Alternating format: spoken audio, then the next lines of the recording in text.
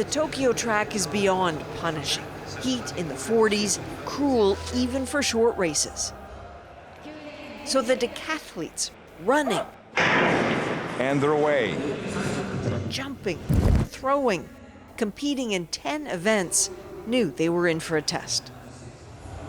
There is a reason the person awarded gold in Olympic decathlon is labeled the world's greatest athlete.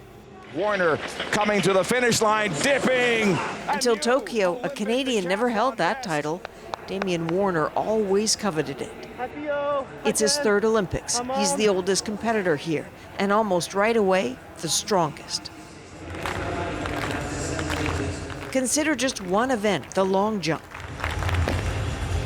His distance so good, had he been competing in the individual event, he would have won bronze.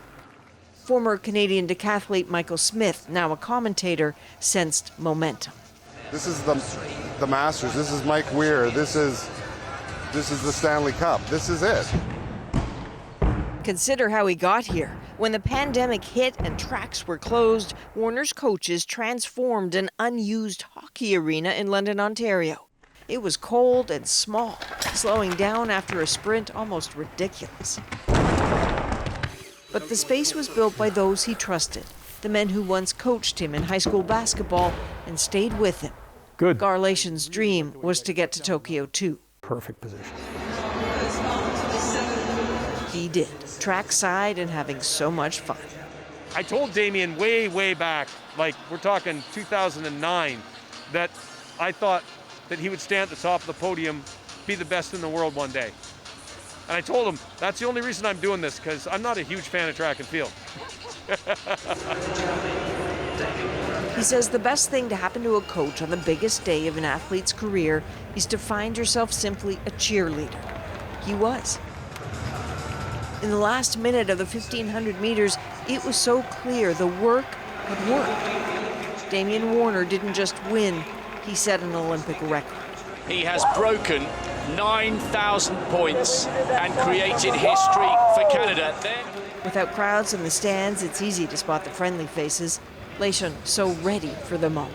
Canada has the Olympic champion in decathlon for the first time in Olympic history. I remember when I was first starting the decathlon, Gar and I got in our probably one and only argument. And I was like, I'm done. I don't want to do this. I'm not having fun. And he told me, like, just keep working at this. You're going to be a world champion one day. And that day came true today. It's an amazing thing. It's hard for me to understand how so many people have come together to support one single person. Nothing I could ever say or do could pay them back, but I hope this is one of those things that shows them that all their hard work didn't go to waste, and I'm going to do whatever I can to pay that forward. The right headspace, the right training, the right team. Sometimes a plan really does come together.